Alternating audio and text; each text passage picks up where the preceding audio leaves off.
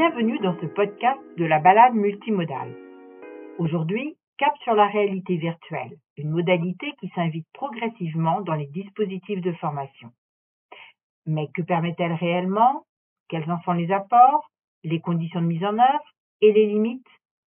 Pour éclairer ces questions, nous recevons Cédric Wichbar et Jérôme Debiasi de l'équipe digitalisation de l'Institut. Bonjour Cédric, bonjour Jérôme. Bonjour Anne. Nous sommes ensemble aujourd'hui pour parler de réalité virtuelle. Alors pour démarrer ce podcast, pouvez-vous en quelques mots nous expliquer ce qu'est la réalité virtuelle en formation? La réalité virtuelle en formation, c'est une modalité qui est immersive et qui permet de faire vivre aux apprenants des situations professionnelles concrètes. Donc nous, à l'Institut, on utilise la technologie de la vidéo 360. Ça veut dire qu'on met en scène, on filme dans des conditions réelles et ça permet à l'apprenant de découvrir via le casque de réalité virtuelle des situations professionnelles. Donc l'apprenant, lui, il est engagé, il est immergé dans un environnement comme s'il y était en fait. Il vit à la place d'eux. Ce qui est intéressant avec cette modalité, ça permet notamment de multiplier les points de vue et de vivre plusieurs situations. Et dans quel contexte l'Institut a été amené à introduire cette nouvelle modalité? Dans une perspective surtout d'innovation pédagogique, cette modalité nous a semblé pertinente pour notre secteur d'activité. Donc nous avons identifié des situations et des thématiques pour lesquelles la réalité virtuelle était adaptée. Et en quoi vous l'avez trouvée intéressante, mais en quoi elle est efficace pour les apprentissages? C'est un format qui est très engageant parce qu'il capte l'attention, il mobilise émotionnellement, donc il y a une vraie plus-value pédagogique. Ça fonctionne particulièrement bien pour faire prendre conscience de certaines réalités du travail. On peut citer par exemple des thématiques comme le handicap, les incivilités, le sujet de la santé mentale ou encore le sexisme ordinaire. Ce sont des sujets liés aux relations humaines, donc c'est souvent difficile à aborder de façon théorique. L'efficacité pédagogique est liée aux émotions générées par l'expérience. Cela permet de faciliter la prise de conscience, la compréhension et par la suite la mémorisation. Donc c'est un outil puissant qui permet de favoriser les apprentissages.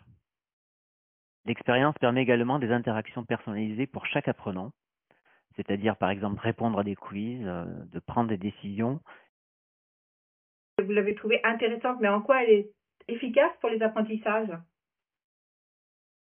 C'est un format qui est très engageant parce qu'il capte l'attention, il mobilise émotionnellement, donc il y a une vraie plus-value pédagogique. Ça fonctionne particulièrement bien pour faire prendre conscience de certaines réalités du travail.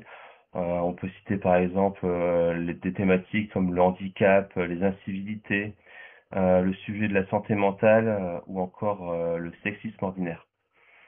Ce sont des sujets liés aux relations humaines, donc c'est souvent difficile à aborder de façon théorique. L'efficacité pédagogique est liée aux émotions générées par l'expérience. Cela permet de faciliter la prise de conscience, la compréhension et par la suite la mémorisation. Donc c'est un outil puissant qui permet de favoriser les apprentissages. L'expérience permet également des interactions personnalisées pour chaque apprenant, c'est-à-dire par exemple répondre à des quiz, de prendre des décisions et d'en mesurer les impacts. Et tout cela sans prise de risque et avec le droit de se tromper en toute sécurité. Et ce qui est aussi super intéressant, c'est que vous n'êtes pas tout seul avec le casque, parce qu'après on met en place aussi des temps collectifs. Et ce temps de débriefing, ça permet aux participants de s'exprimer, de partager leurs ressentis et parfois même d'expériences qu'ils ont vécues. Pour nous, c'est vraiment une phase essentielle parce que ça complète parfaitement l'expérience individuelle avec le casque. Donc il y a vraiment ces deux temps, un temps individuel où on met le casque et ce temps collectif qui est super important. Donc on voit tout l'intérêt pédagogique de cette modalité, mais je suppose qu'il y a des points de vigilance également.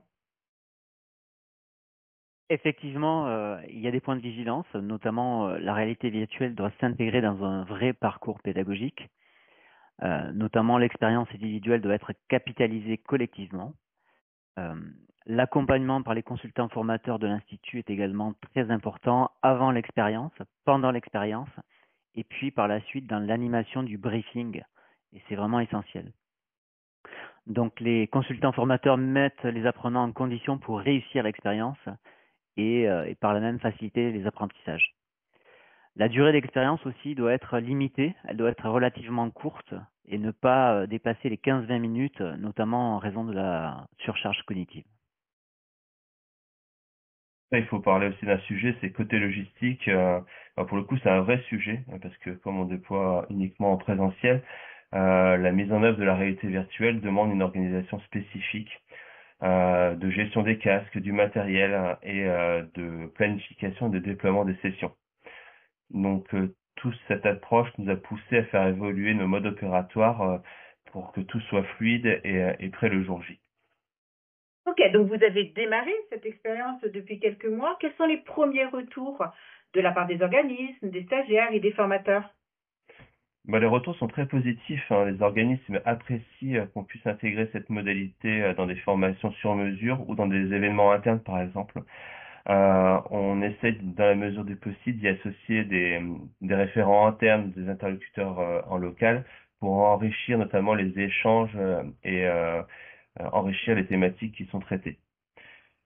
Côté stagiaire aussi, on observe un vrai engouement pour cette modalité avec un effet un peu waouh, notamment parce que beaucoup n'ont jamais vécu ce type d'expérience. C'est réaliste, c'est ludique et c'est marquant. Ok.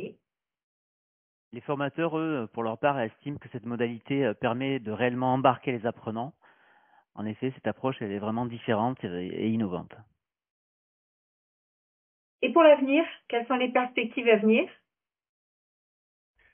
Aujourd'hui, déjà, la VR, ça permet de vivre une expérience intéressante, mais demain, en fait, on souhaite également aller plus loin. On veut permettre aux apprenants d'agir sur le scénario, de pourquoi pas se déplacer, dialoguer avec des avatars, par exemple, booster avec l'IA générative, et tout cela dans le but de vivre vraiment une expérience plus personnalisée. Enfin, on travaille également sur de nouveaux modules, sur d'autres thématiques, avec d'autres thématiques qui peuvent être intéressantes d'être traitées avec cette modalité réalité virtuelle. Donc l'Institut n'est pas seulement utilisateur de modules, on devient concepteur et producteur, ce qui va nous permettre d'aller plus loin dans la qualité pédagogique proposée. Eh bien, merci pour ces informations et ces premiers retours d'expérience sur la réalité virtuelle. On se retrouve bientôt pour un prochain numéro de la balade multimodale. Au revoir. Au revoir.